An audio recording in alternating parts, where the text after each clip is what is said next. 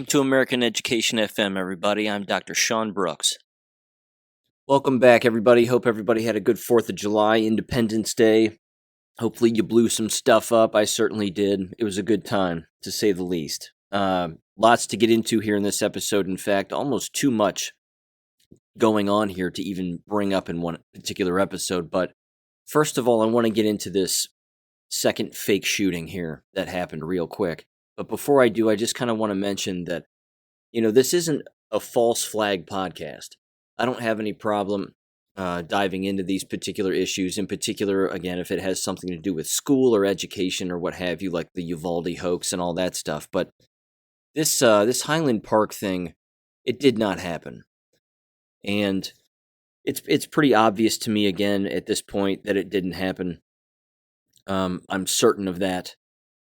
It's just too ridiculous. Too many similarities to every other fake shooting. No bodies, no blood. And again, if anybody watches any of the video footage that's been out there, actually heard any of these ridiculous interviews, you too would probably arrive at the same conclusion. In particular, again, if you listened to my Uvalde breakdown of what actually went on there. Lots of things to bring up with this, just kind of very quickly if I can. First of all, I think it's pretty evident that the enemy is learning to sort of tie up loose ends, we'll call it. If you recall in the Uvalde shooting, of all the things that we did not see, we didn't see bullet casings, we didn't see bullet holes, we didn't see broken glass, we didn't see any of that. The same is true in this regarding the Highland Park fake shooting. Although they decided to get a picture of a broken door with a giant glass pane on the door, and now there's our proof that a door was shot into. So casualty 1 for the door. I'm sure there'll be a quick funeral for that door, and it's really beyond embarrassing. Again. It was a largely Jewish town. It was a largely liberal town where almost everybody is a Democrat and registered Democrat. No video footage of the actual shooter actually doing any shooting. And their excuse for that, of course, is that, well, he was on a rooftop. And because he was on a rooftop, we have footage, but we're not going to let anybody see it. Well, that's funny. Just like Uvalde. I heard the audio. I watched the clips. It's evident that something is being shot. Are they blanks? Probably. A couple other funny anomalies. Again, if anybody's watching the video, is when you're watching these sort of certainly fake shootings, but the EMT workers and the police officers and the firefighters and all these first responders, quote unquote, sort of just standing around. If you're an EMT worker and you're pulling a gurney out of the back of an ambulance, aren't you doing it rather quickly? Otherwise, why would you pull the gurney out? Why would you pull that bed out of the back if you aren't going to rush to a particular location and use it quickly? Why would you casually pull a bed out of the back of an ambulance? Again, this one clip is ingrained in my mind of these two guys slowly pulling this bed out of the back of an ambulance, and the wheels slowly come down, and then they turn and they look, and they both look right into the camera as the camera is catching them doing this. Again, it's beyond ridiculous. And then, of course, the photographs themselves are equally as ridiculous. Why would EMT workers leave their random first aid bags on the ground? It's embarrassing. There's a picture that's sticking out in my head here of 4 or 5 EMT bags, kind of all sort of spread out on the street or on the side of the road, sidewalk, I guess it would be. There's no blood anywhere. There's no nothing. There's no trash. It's just a couple of bags and like a tipped over chair for dramatic effect. Again, does an EMT worker typically leave their first aid bag just sitting there? Don't they take their material with them? In particular, if there are numerous wounded? Isn't that what they're supposed to do? Throw the bag over your shoulder or around your neck, and you keep moving, rather than just randomly leaving all of your stuff laying around. It's just sad. The problem is that they use the same tactics every single time in all of these fake shootings. Again, the dramatic photographs and the standing around of people, and then they occasionally get somebody running, toward nowhere, basically. And then the people that they interview are equally as ridiculous. A local news affiliate had audio about 9 minutes long. I listened to this too. You didn't see the woman's face, but she's talking about how she's a business owner in that town, and most of us are Democrat. I mean, she openly says that. And then she says that they just got done or that they have in the past had anti-gun marches and anti-gun rallies up and down their streets before. And then she uses all of the cliche lines, basically, where she says again, how much more do we have to live through? And how much more do we have to take? And when are we going to learn? And when will this stop? And all this other stuff. I mean, they say the same things over and over again. No one's crying. No one is upset. There are no tears. It's beyond outrageous. There was another one I saw of a woman, again, who allegedly lost her child. Again, not crying.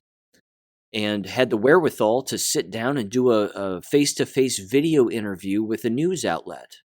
One of the major news outlets. They were on the scene too.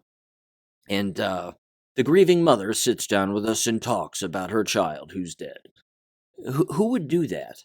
If you lost a child, really, in a random shooting, which is, next to impossible, is it your first gut instinct to sit down and say, you know what I need to do? I need to talk with the mainstream media about my dead child in this entire event. And then I need to make sure and say all the same scripted lines of, we need gun control, and, we need help, and this is absolutely outrageous. I just don't know who actually believes this anymore. But unfortunately, like I said in the past, this is another litmus test because countless people still think this happened. And it's so sad. It's just so sad. You get on Gab and you're reading the Gab, the Gab posts that the major posters are making, and they're saying the same things.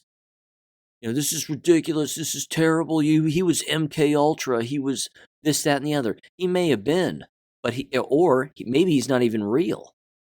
Maybe the dude's not even real. I saw this too on Reddit. There was a Reddit account that was started back in May. And whatever the guy's name is, and again, my apologies, his name has slipped my mind and I don't have it written down in front of me, but a Reddit account was started with his name and it said he isn't real. And that was back on like May 17th.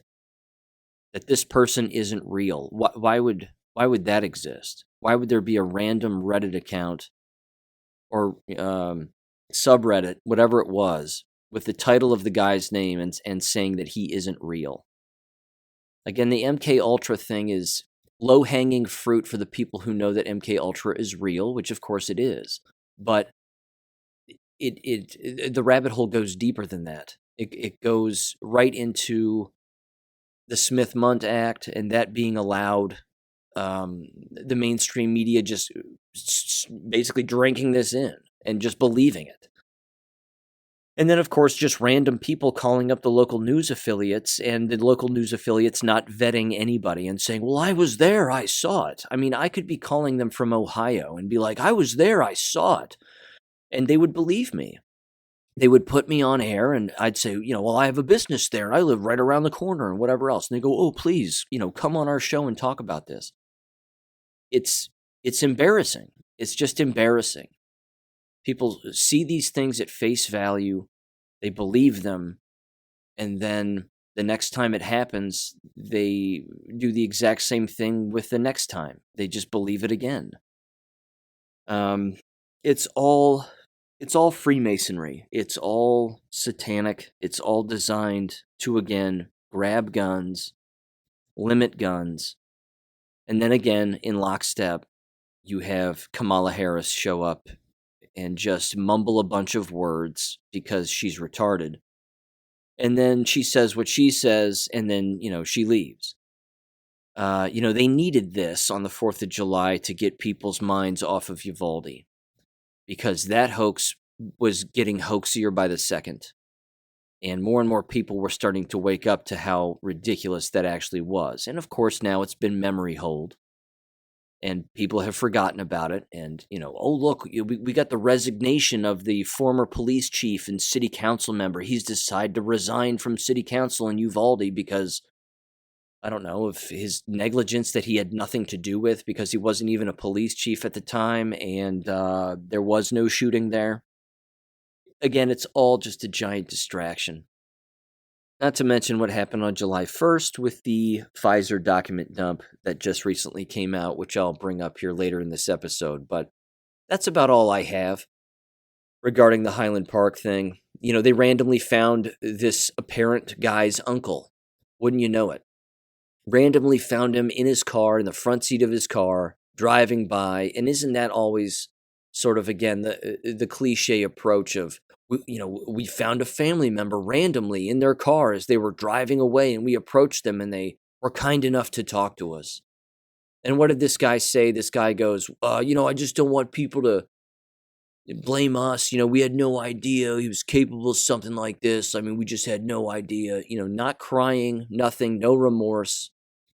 Look, he's searching for words, very scripted again, because again, that they looked at him and they said, hey, look, say this, say this, say this.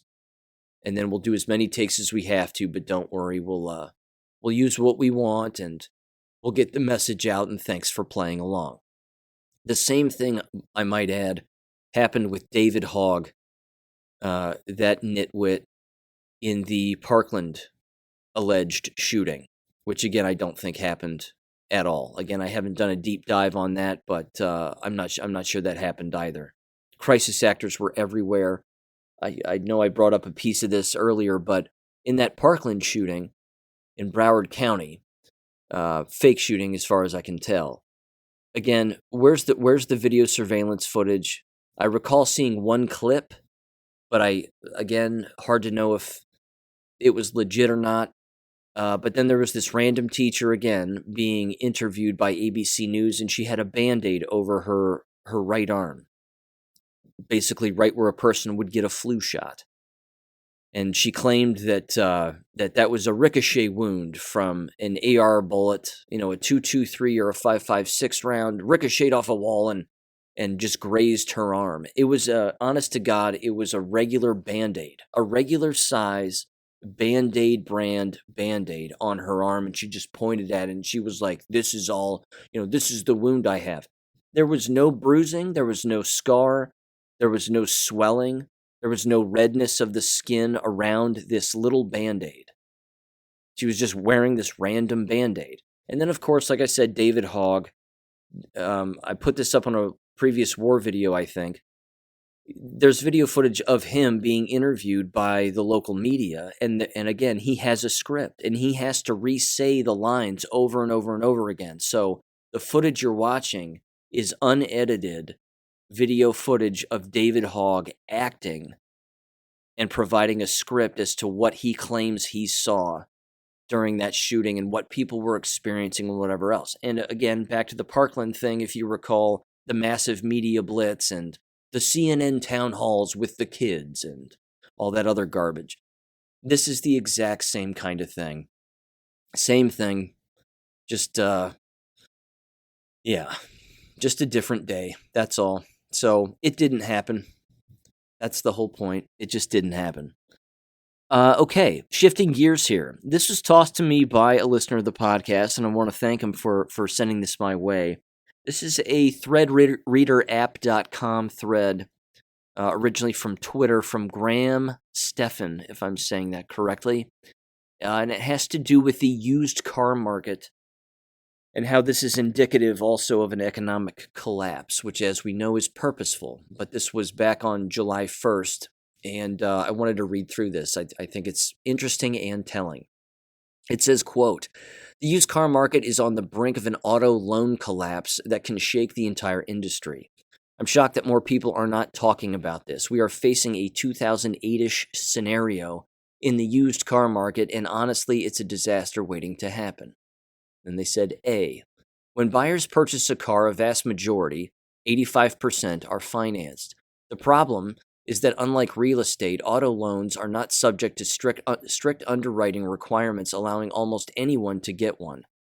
Buyers with lower credit scores were funneled into loans with 2 times the interest. You can see how crazy this is in the latest auto loan consumer reports. 25 to 50% of the loans were given to customers who might not be able to repay it. Lenders only verified the source of income and employment only 4% of the time. If that's not crazy enough, as of now, 5% of auto loans are behind payment, and nearly half of them are underwater. It says, just like how the housing market collapsed from the loan crisis in 2008, the same thing is being said here, is starting to happen in the auto loan market. As the supply chain and chip crisis has improved from COVID times, used car prices have dropped for 4 consecutive months and are now down 6.4% since January. This is a nightmare for the banks that have lent money on these cars, those whose value is rapidly beginning to fall. Just recently, Equifax reported that 8.5% of subprime borrowers defaulted on their car loans, the second highest on record. The Wall Street Journal also found that more subprime borrowers have started missing out on payments as rising inflation made them choose between essentials and auto loans. The reality is that the lenders have given buyers unaffordable loans without verifying their finances on car values that cannot be sustained without a chip shortage. It's only a matter of time. Eventually, things have to come back to normal. KPMG predicts that used car prices can drop 30% as more supplies hit the market, and Ally Financial predicts a 20% drop. The timing is a bit uncertain, but it looks like it's going to unravel in the next 12 to 18 months. From everything I've researched, my biggest concern is that too many people have locked themselves into auto loans that are more expensive than they can afford. If any of them experience a job loss or reduction in income, like a recession, or even, again, a death where there are 2 names on the loan, and one of them is, still responsible for making said loan, then they're certainly going to have to sell that car back and get rid of it. It says they will not be able to sell the car for as much money as they owe due to the crashing auto prices. There will be no choice left other than to get their car repossessed, flooding the market with inventory and exacerbating the issue. This is especially true now, given more than half of auto loans are underwater, with people owing an average of $3,700 more than their vehicle is worth. The only silver lining here is that auto loans are significantly smaller than housing loans, and it's much easier to repossess and auction a car when compared to a house. My concern is that very few people are acknowledging the issue. The more people understand what's going on, the more we could prevent the problem from getting worse. Unquote. Okay, so what's interesting, I think, too, is, again, it's just another avenue that's remarkably telling, clearly for a variety of reasons. But I also live very close to a highway that essentially is this giant, very long route, and used car lots everywhere. And there are more used cars that are newer models than I've ever seen. Again, it's an eyeball test kind of thing, but you read something like this and you hear something like this, then you've got to actually take your mind and your eyes and your ears out and actually go look for it. And you'll see exactly what I'm talking about. You will see newer model automobiles on these used car lots. And I'm not talking like a Chevrolet used car lot that's, Chevy brand, where they also sell brand new automobiles. I'm not talking about those used car lots. I'm talking about the ones, again, that are like Chuck's used cars, and, the automobiles that you're likely to see in these lots now are just way newer than I've seen in a very, very long time. And again, we're talking about 2017s all the way up to 2022 models. And I'm saying to myself, what's wrong with these automobiles? I mean, it just seems odd. But this right here, again, this Twitter thread lays it out that these are individuals that cannot afford these automobiles because the banks are just cutting them loans that they know that the customers cannot pay off. So certainly very similar to the 2008 housing crisis. And again, same kind of loan fiasco, same kind of banking fiasco. But there's a big difference between a car loan and a house, clearly. But those are typically the two largest payments that a person ever makes in their lifetime is automobiles and homes. But yeah, if it's happening with automobiles, it has to be happening with homes also is kind of the point. So there's that. Okay, again, something to keep an eye on. Definitely give that the old eye test and don't hesitate to drive around and see if you notice that. See if you notice newer modeled automobiles just within the last three plus years. And those sort of being the dominating automobiles on these used car lots. It certainly seems to be the case anyway where I live. Here's another one, and again, just to kind of shift into some jab related stuff, and I have a couple of just real brief education stories too that I want to bring up here at the end, but this comes from the Unreported Truths on Substack, which is Alex Bernson, if I'm saying that right. And again, this is from July 2nd. It's titled, COVID Shots for Little Kids Are Dead on Arrival. The fawning media coverage notwithstanding, uptake has been pitifully low. And this is a good thing. I'm glad that less and less people are actually buying into these lies. But again, before I read this article, let me riff a little bit about some of the things, again, that I've heard over the last week. You turn on the radio, and if I do, which is rare, I listen to a classic rock radio station here, sort of in the Cincinnati area. It's based out of Cincinnati, but, great music, but the commercial breaks are insufferable. They're absolutely insufferable. Just the other day, there were 3 Pfizer commercials that were back to back. And it was just terrible. Again, the same commercial 3 times in a row. If you're eligible, go and get your booster shot. I mean, they're actually pushing the booster shot on people. So they're not even messing around with shot number 1. They're just saying, if you're eligible, to imply again, if you want a booster, well, you'd better get those first 2. The blatant stupidity with all of this has reached an absolute peak as far as I'm concerned. I'm shocked that there are individuals walking around or bedridden during the summer and they don't even know why. Again, getting ill in the summer is so rare on a year in and year out basis for the vast majority of individuals that those that are ill can't for the life of them figure out why. I mean, again, never before in their lives have they taken 2 or 3 shots within a single year. It's absolutely nuts.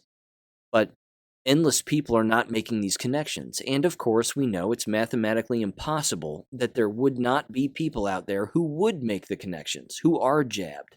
And they're saying to themselves right now, wow, I shouldn't have done that because now I'm sick and this has never happened to me before. And well, what is it that I've done over the last year that's caused me to do this? Well, maybe it's the shots that I took.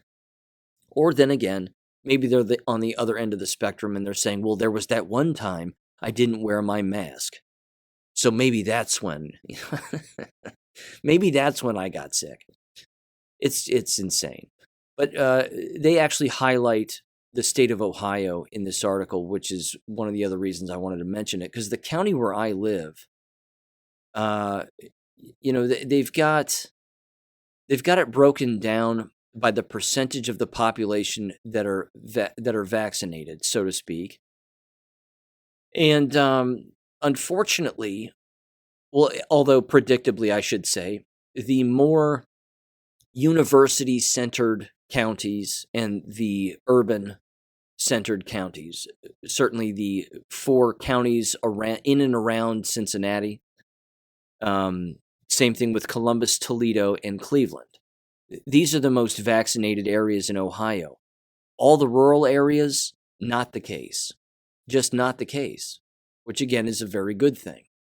But the article starts off by saying this. It says, quote, despite a massive media and government pressure campaign, American parents are overwhelmingly rejecting COVID vaccines for their young children. About 1 week after the shots became available, barely 1% of children under 5 have received mRNA jabs for COVID, which of course doesn't exist. Data from several states show, this is Ohio, like I just described, says even in California, among the bluest states, only about 2% of kids under 5 have been jabbed. That's still a lot, kind of, I think. And I've seen these videos too. There was one from New York, I believe, where a couple was getting out of an SUV with their 2 children. One was a toddler, and the other one, honest to God, looked like a newborn baby, still in a stroller. And there were people outside pleading with this mother and the father to not get their kids jabbed as they were carrying them in to get these shots outside of this health clinic. It was terrible. The article continues, and it says, demand is likely to be near zero going forward. The recent history of COVID shots shows that an increasingly tiny minority of mRNA fanatics get themselves or their children jabbed or boosted quickly after regulators okay new doses. So pent-up desire for new shots is likely non-existent. It says, as usual, elite media outlets have largely refused to acknowledge this reality, instead running endless articles that seek to normalize and encourage the shots. CNN headline from old Dr. Lena Wen, that monster. It says, quote, let's start off with your family. You have a 4-year-old and a 2-year-old. Have you gotten them vaccinated yet? They asked Dr. Lena Wen, and she responded, yes, I called my pediatrician's office as soon as the FDA authorized the vaccine to let them know that I wanted my kids to get vaccinated at the earliest possible. The earliest appointment was last Monday, about a week after kids in the 6-month to 5-year-old range group first started getting their shots. Absolutely ridiculous. And then, of course, there's the Elmo got his flu shot on Sesame Street because, you should take your medical advice from a puppet. That's basically the end of the article. I can't believe that people are actually buying into this still. And so here's again what I think is going to happen moving forward, and countless people are already commenting on this and writing very similar things online, and I agree with them 100%. They need this for any upcoming election here this fall. They just need this. Not to mention, they need to replay the COVID lie and any other illness lie that they can as soon as the leaves start to fall from the trees and it starts to get cold again. When that happens, endless people are going to fall very, very ill. And these are, the single jab, the double jab, the boosted, the double boosted, whatever. These people are going to fall ill. Those people are going to think that something is going around, quote unquote, that is making them sick. This, of course, is not true. Their immune systems are compromised. They have AIDS. They have vaccine-induced AIDS. They've wiped out their immune systems. That's just the way that it is. But they need an excuse. And again, with the radio commercials pushing the jabs even harder, they're really trying to do whatever they can to get as many people to take this as humanly possible. We've always known that. That's not a new thing, but they're not going to quit on this. They just aren't. This is their only play. So they're really hitting the propaganda hard. And like I said, it's thick on the radio. You turn on the radio, even if you're listening to conservative talk radio, which again is really an abomination, it exists inside of their commercial breaks. So even if they're talking about how the shots are hurting people and they know of people who have been hurt from the shots on their actual shows, as soon as they go to a commercial break, it's Pfizer this, Pfizer that, get your jab, blah, blah, blah. It's absolutely nuts. But they're doubling down and they're tripling down and they're just doing whatever they have to do to suck in as many people into this giant kill program as they possibly can. So, yeah, don't fall for it. Whatever you do, don't fall for it. And again, flu season, quote unquote, the old flu season's coming up, and the number of dummies that are just going to line up and get flu shots is really alarming. And they don't know that that too is going to hurt them badly. And what is in these flu shots going forward is anyone's guess at this point. It's always been poison. We know that. Filled with carcinogens, always has been. Doesn't protect against anything because there's no such thing as the flu. And there you go.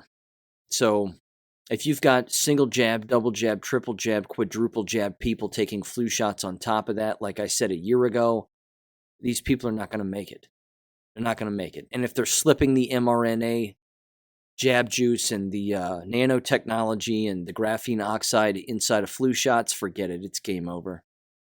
You know, these school-age kids that take these shots, or the dummy parents that line them up to take them because they're going into a new school, so they have to get their shots. I mean, these people can't be helped. They're too far gone, too far gone. It's sad, but yeah. So certainly we're gonna keep paying attention to that and keep an eye on that. Before I get into the Pfizer doc here, which is rather interesting, and again, I just have one here that I want to break down. Of course, there were many that were released, but I want to go back real quick to the economic thing because this just hit my mind.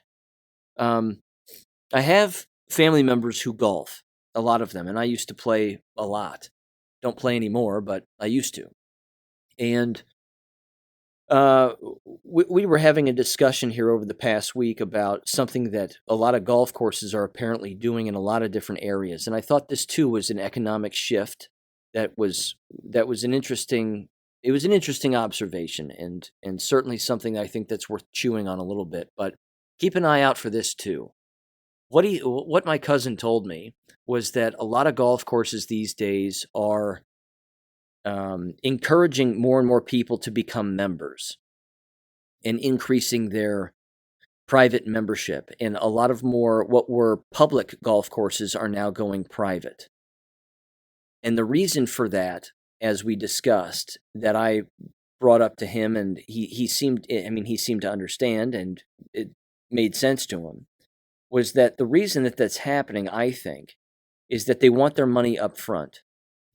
That these golf courses want as much money as they can get up front for an entire golf season so that they know that they have that money, that it's not given to them in payments, and that they aren't relying on random people and the public, so to speak, the non-member publics sort of showing up and then either playing once a month or once a week or whatever.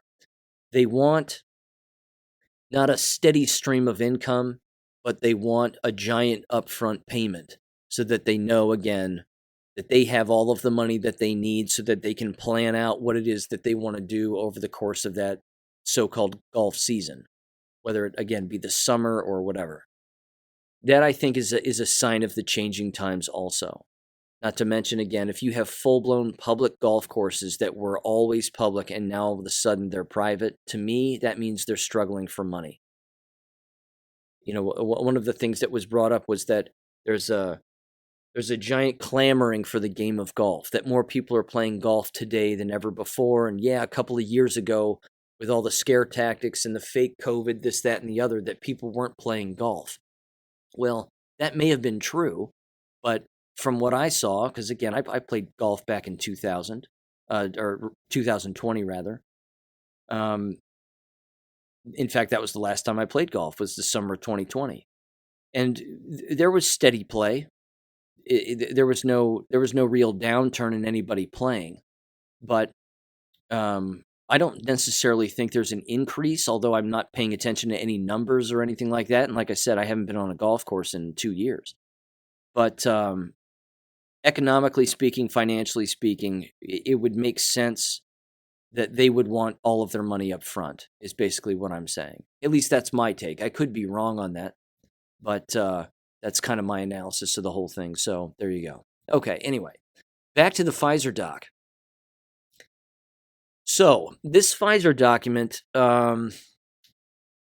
essentially lays out, and this comes from November of 2020.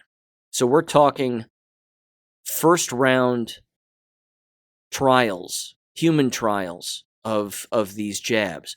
And what they were discovering within this particular trial, so to speak, was that endless people were withdrawing from the trials for a variety of reasons, many of which were, and you can't make this up, that the shots were actually making them sick. Weird, isn't it?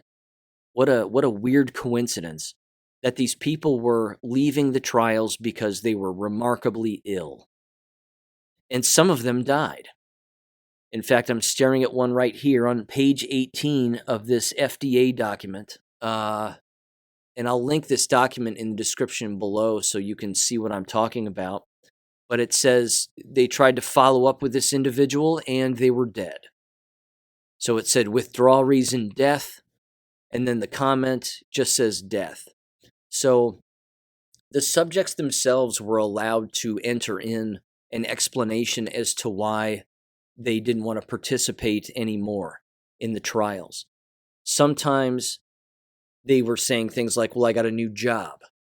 Or they would say, I've moved. Or they would say, I'm not feeling well to come in today, so I'm withdrawing because I just don't know when I'll feel better. And all the way down to, well, I have a massive rash and I've been sick since the first one, and now I really don't want to participate anymore. And again, these were after one dose, and some of them were after 2 doses. And again, in some of these too, well, again, it's a very interesting document and very easy to understand and frankly read. You just look at it from left to right, and then you just scroll down and you can see all the different withdrawal reasons in the comments and when they withdrew and what part of the study phase they were in. They would sometimes reach out to these people and the people just would not respond at all. So for example, here it says patient unresponsive. So they lost them to a follow-up, and they tried to follow up with them and they couldn't reach them anymore. So, yeah. Did they change their phone number or are they dead? Did they move or are they dead? Subject never answered phone calls, certified letters sent, certified letters sent. Again, more comments made by the actual study groups themselves as to trying to reach out to these people and they're not responding. So death was certainly one of the main factors here. And again, the shots were giving them quote unquote COVID. So they would even withdraw from these trials because they would say, well, now I've tested positive for COVID after taking the first or second shot. The overwhelming point here is this. These people knew that these shots were going to kill people. These companies knew, and these manufacturers and all the people who manipulated all of this juice knew that these were going to kill people, knew that they were going to make them sick. They knew that anybody who had any kind of previous health issue or chronic health condition, that this was going to make them sick and kill them. They also knew, again, this is sad. I'm talking and looking at this document at the same time. There's another one here that says they received their first vaccine in November, and then they lost them to a follow-up because of a pregnancy. And because they were pregnant, they didn't want to participate anymore. Again, it begs the question, did they actually give birth? Either way, it's just beyond evident that endless people were becoming ill, and then they were either recognizing that the shot was making them ill, or they were just coming up with another excuse, or whatever it was. Again, here's one that says subject no longer interested in study. No kidding. Withdrew consent to future visits. Did not want to come to scheduled visits. Subject no longer wanted to come to study appointments, says another one. This person was incarcerated, so they couldn't, they were in jail, so they couldn't come back for their second jab. No longer meets eligibility requirements. Withdrew due to anxiety of having blood drawn. Unable to obtain blood from subject was a reason that another person couldn't participate. That would indicate blood clotting, would it not? Again, it's evident that the people conducting the study knew what they were doing. And the other thing too is that they even list on here that individuals who had previous vaccinations for other things, like the flu, that they would come back and they would say they had an adverse reaction to the first dose because of their previous vaccination status. Things of that nature. Again, it's all poison. That's all. It's just all poison. And when you're stacking it on top of one another inside of the same body, what do you expect to happen to that person? This one comes from USA Today. Just read this headline. 105 million doses of the Pfizer jabs have been bought by the U.S. government. The U.S. to buy 105 million doses of the COVID-19 vaccine in a deal worth $3.2 billion. You see, these people are willing to spend as much money as they have to kill us. Meanwhile, small businesses are closing. People are financially struggling. We don't need government handouts, but what's the government doing with our tax dollars and their time and energy? They're trying to wipe us out. Okay, let me get into some education-related stuff here too. This comes from justthenews.com, and it says, a former Trump aide sues Virginia school district for psychologically abusing and sexually exploiting kids. And this is Stephen Miller's America First legal group here, and they're seeking $1.5 million from Loudoun County. Virginia school district is forcing parents to give up a guaranteed public education if they object to officials psychologically abusing and sexually exploiting the children entrusted to their care, according to a former Trump administration official. Stephen Miller's America First Legal, whose board includes former White House Chief of Staff Mark Meadows, filed a state lawsuit against Loudoun County Public Schools and their superintendent, Scott Ziegler, and several officials on behalf of a dozen parents with children in the district. The complaint seeks at least $1.5 million in damages for a cornucopia of culture war grievances, secretly facilitating gender transitions, requiring children to share bathrooms and locker rooms with the opposite sex against their will, and providing sexually explicit and pornographic materials, and practicing overt racial discrimination. Ladies and gentlemen, this shouldn't be a lawsuit. There should be handcuffs. You see, where is the law? Where's the real law? Why is it that these school districts have to be sued, have to have money taken from them, which you know that they have a giant stockpile of all of this cash from all that COVID money that they've probably kept and hidden under their mattress for a rainy day lawsuit just like this? But why is it that there aren't handcuffs?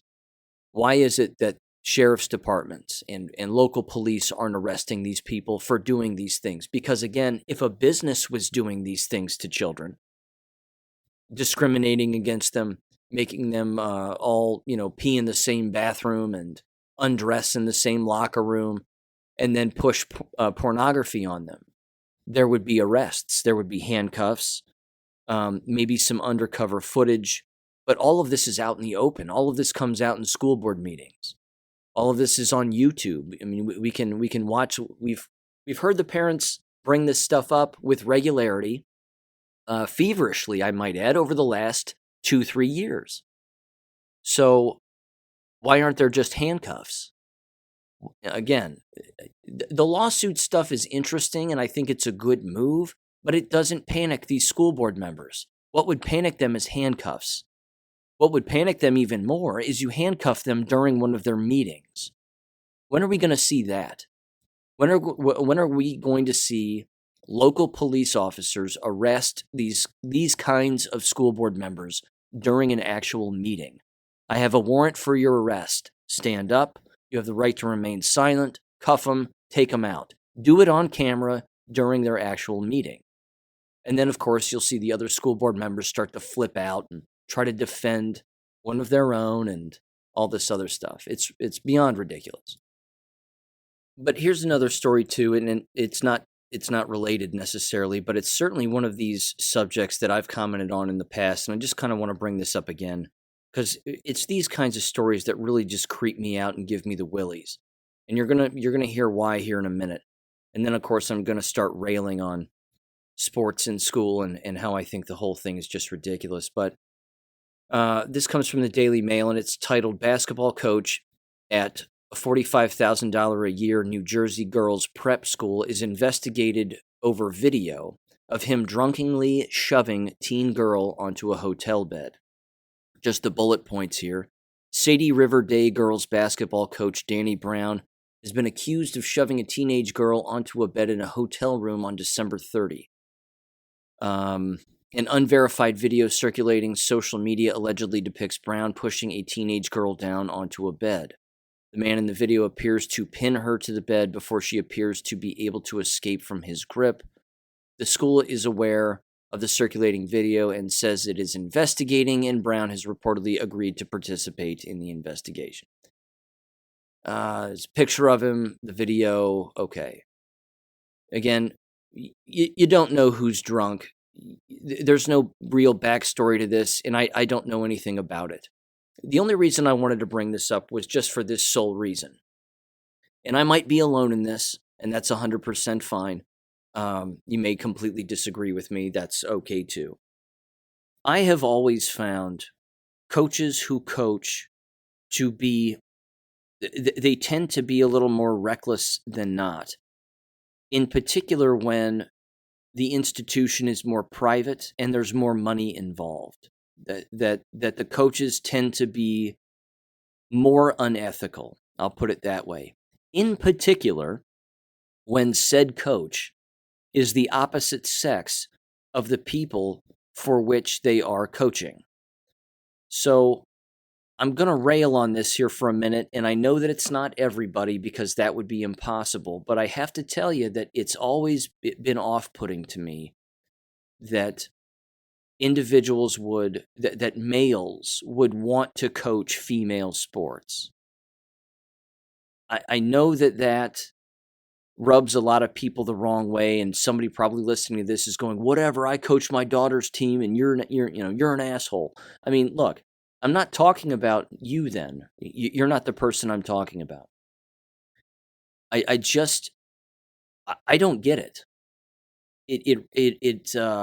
I don't even have an explanation. It's just one of those subjects that I've never enjoyed or thought, you know what I need to do? I need to coach girls volleyball or girls basketball or field hockey. Yeah, that's what I need to do. What I need to do as a male is be the female cheerleading coach. These things never crossed my mind as a school teacher or even as a college student training to be a teacher. I would hear a lot of people say things like, if you want to be a teacher, then you got to be a coach. And if the school wants you to be a coach, well, then that's what you need to do. And I remember thinking to myself, no, to hell with that. Now, for those that have listened to this podcast, you know that I've mentioned this before, but I did coach soccer. It was co-ed soccer. It was the vast majority of the people on the team were middle school boys. I did it for 2 very short seasons. I hated it. I could not stand it. It was time consuming. It was remarkably stressful. We never lost a game, but it didn't matter.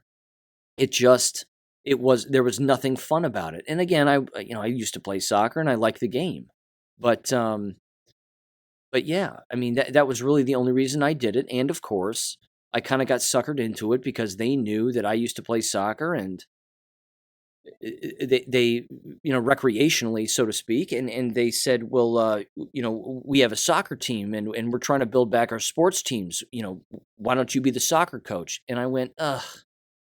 I just thought, good God, I'm teaching now for the first time. I need to focus on this. I would rather get things right in a classroom than I would on a field of play. I'm not getting paid to be a coach. I'm doing this for practically free. They may have tossed me a couple $100 if memory serves, but I just remember it being remarkably stressful and just not liking it. And then as soon as the second short season was over with, I said, I'm done. I'm just letting everybody know I'm done. That's it. There were two or three girls who played on the team, and they were good. I would never be drawn to coaching an all girls team of any kind. Again, back to this Sadie River Day school coach, Danny Brown. What kind of a person, again, decides to go on a trip with, again, these, I don't know. I know I'm alone in this. I might be alone on this one, but I don't get it. All of this to me seems like cumulative risk. And of course, there's sort of a undertone of sort of a pedophilic nature with some of these people that they think to themselves, well, I'm going to be around these girls, and I'll get to touch them, and I'll get to do this, and I'll get to do that, and maybe I'll catch some of them in their underwear and whatever else. It's disgusting. It's beyond disgusting. These people, again, if what he did and just putting himself in this situation is bad judgment enough. And again, these traveling teams where you're the coach and you're hoteling, you have your hotel room in the same hotel as the other players and all this other garbage. It just creeps me out.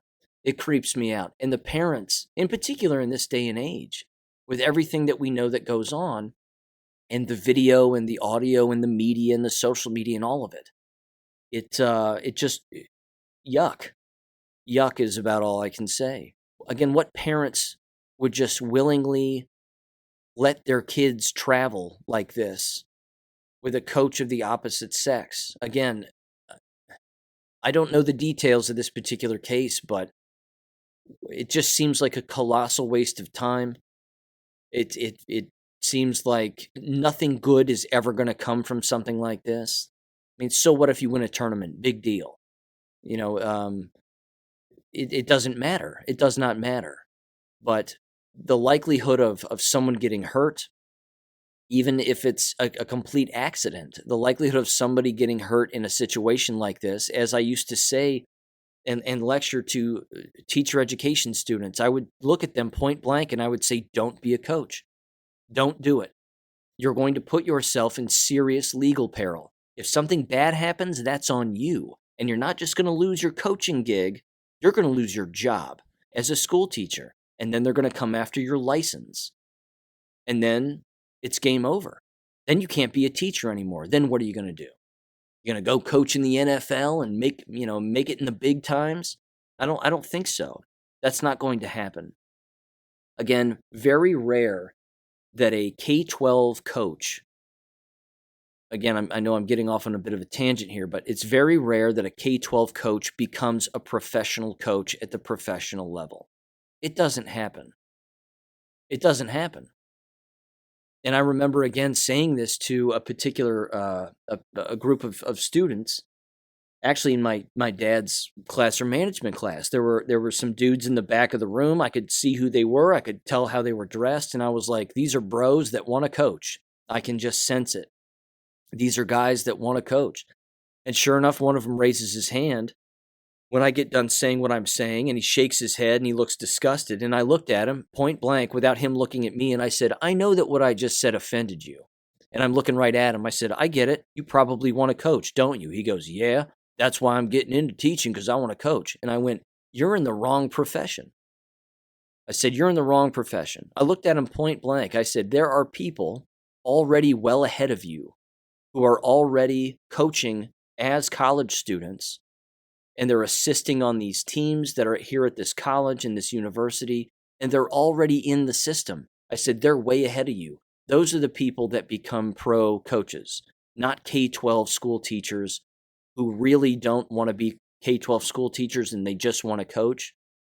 Those aren't the people that become professional coaches and make millions.